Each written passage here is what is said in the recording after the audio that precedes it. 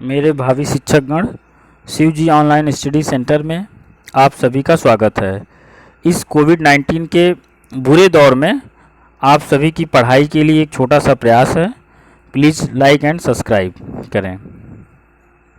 दोस्तों, हम जूनियर शिक्षक के लिए साइंस का जो है फ्री ऑफ कोर्स लेके आए हैं आप सभी के लिए। तो स्टार्ट करते हैं ज़्यादा बातें ना करते हुए।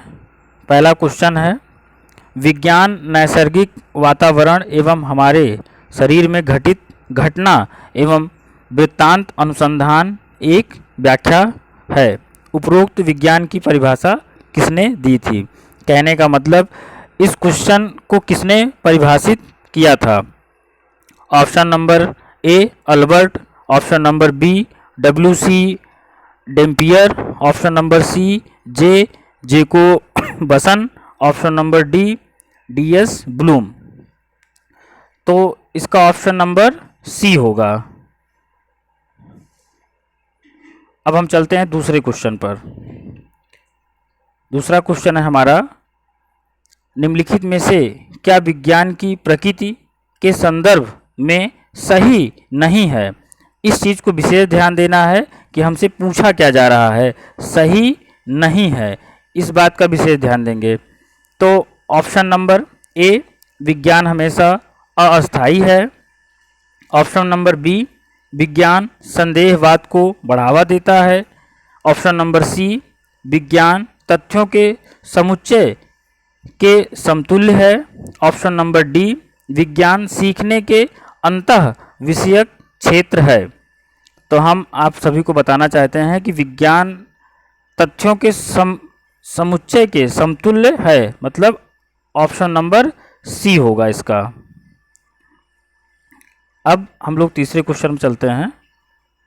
अच्छा, ये हमारा एक दूसरा चैनल है, ऋषि प्रणाली हिंदी संकेत लिपि। 0 से सिलेक्शन तक अगर किसी भी हमारे भाई बहन को हिंदी शॉर्ट हैंड पढ़ना हो तो Hindi short hand Rohit sir के नाम से चैनल है, आप इस पर पढ़ सकते हैं। अब क्वेश्चन नंबर तीसरा हम देखते हैं हम लोग। एक अच्छी विज्ञान शिक्षा पाठ्यचर्या की निम्नलिखित में से कौन सी वैधता की संतुष्टि क्रियाकलाप और प्रयोग द्वारा होती है? ऑप्शन नंबर ए ऐतिहासिक, ऑप्शन नंबर बी पर्यावरण संबंधित, ऑप्शन नंबर सी प्रक्रियात्मक, ऑप्शन नंबर डी संज्ञानात्मक। तो तीसरे का सी होगा, प्रक्रियात्मक। तीसरे का सी होगा, प्रक्रियात्मक।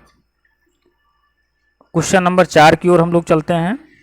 निम्नलिखित में से क्या एक विज्ञान की प्रकृति के संदर्भ में सही नहीं है?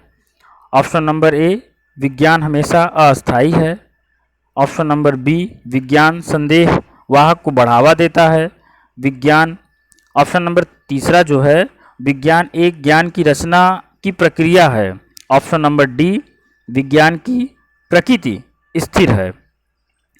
तो इसमें सबसे जो उचित आंसर होगा इसका वो 4 का डी होगा, विज्ञान की प्रकृति स्थिर है, ये होगा।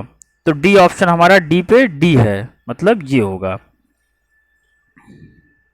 चलिए अब हम लोग क्वेश्चन नंबर 5 की ओर चलते हैं। क्वेश्चन नंबर 5 हमारा कहता है, निम्नलिखित में से विज्ञान की कौन सी प्रकृति है?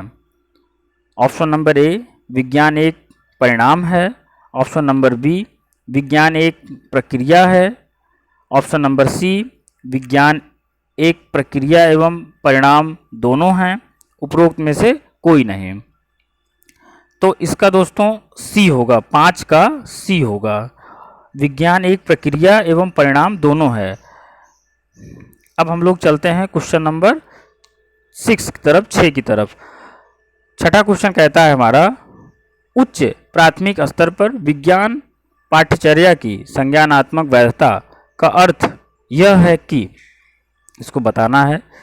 ऑप्शन नंबर ए उसे सार्थक एवं वैज्ञानिकतापूर्ण सही तथ्यों को संप्रेषित करना चाहिए, ऑप्शन नंबर बी उसे आयु के अनुरूप होना चाहिए, ऑप्शन नंबर सी उसे शिक्षण में समुचित शिक्षण शास्त्रीय प्रक्रियाओं का प्रयोग करना चाहिए, ऑप्शन नंबर डी, उसे बच्चे को इस योग्य बनाना चाहिए कि वे विज्ञान को एक सामाजिक उद्यम के रूप में देखें।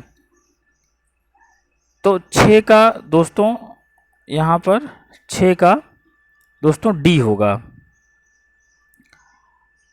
उसे बच्चे के एक योग्य बनाना चाहिए कि विज्ञान को एक सामाजिक उद्यम के रूप में देखे। उसे आयु के अनुरूप होना चाहिए। इसका दोस्तों बी होगा। जो सही आंसर है इसका बी होगा। अब हम लोग चलते हैं 7वें प्रश्न की ओर।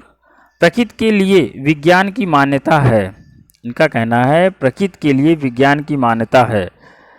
ऑप्शन ए कहता है संभावना, बी कहता है वास्तविकता, सी कहता है अंतरिम, डी कहता है अनिश्चित। तो इसका उत्तर होगा दोस्तों सी, अंतरिम। क्वेश्चन नंबर 8 कहता है विद्यालयों में विज्ञान मेले का आयोजन क्यों किया जाता है। ए, शिक्षार्थियों को विज्ञान एवं उच्च शिक्षा के लिए तैयार करने के लिए, बी, शिक्षार्थियों को उनकी परीक्षा में अच्छे अंक प्राप्त करने में सहायता करने के लिए, सी, शिक्षार्थियों में विज्ञान में सृजन एवं प्रयोग करने की क्षमता का विकास करने के लिए, डी, शिक्षार्थियों का उनके प्रदर्शन के आधार पर मूल्यांकन करने के लिए। आप इसमें खुद विचार करके बताएं कि क्या होगा, 8वें का क्या होगा। 8वें का दोस्तों सी होगा। शिक्षार्थियों में विज्ञान सृजन एवं प्रयोग करने की क्षमता का विकास करने के लिए। चलिए अब हम लोग 9वें नंबर पे चलते हैं। 9वें नंबर का एक ऑप्शन दोस्तों नीचे चला गया है, थोड़ा इसको हम छोटा कर लेते हैं। देखिए अब ये तो बहुत आसान क्वेश्चन है कि रेशम पालन क्या कहलाता है। Apiculture, pisciculture, sericulture, agriculture. तो दोस्तों यहाँ पर आपका सेरीकल्चर होगा। ऑप्शन नंबर अर्थात सी होगा, सेरीकल्चर। अब हम लोग चलते हैं क्वेश्चन नंबर 10 पर। 10 हमारा कहता है घाव का अध्ययन क्या कहलाता है। कालोलॉजी, ओंकोलॉजी, ट्रोमेटोलॉजी और ये डर्मेटोलॉजी। ये बहुत ही इम्पोर्टेंट क्वेश्चन है दोस्तों। एक एक क्वेश्चन आपके सिलेक्शन को आगे ले जाएगा। तो इसका हो जाएगा ट्रोमेटोलॉजी। ट्रोमेटोलॉजी मतलब ऑप्शन नंबर सी हो जाएगा। 10 का सी हो जाएगा। अब हम लोग 11वें क्वेश्चन चलते हैं। चींटियों के अध्ययन को क्या कहते हैं। बहुत ही इम्पोर्टेंट क्वेश्चन है। मर्मिकोलॉजी, हर्पेटोलॉजी, निमेटोलॉजी और नीडोलॉजी। इसका जो आंसर होगा वो मर्मिकोलॉजी होगा, अर्थात ऑप्शन नंबर ए होगा। ऑप्शन नंबर ए। अब हम लोग 12वें क्वेश्चन पे चलेंगे और ये हमारे चैप्टर का अंतिम क्वेश्चन होगा जो हमारे सिलेबस दैनिक जीवन में दिया गया है।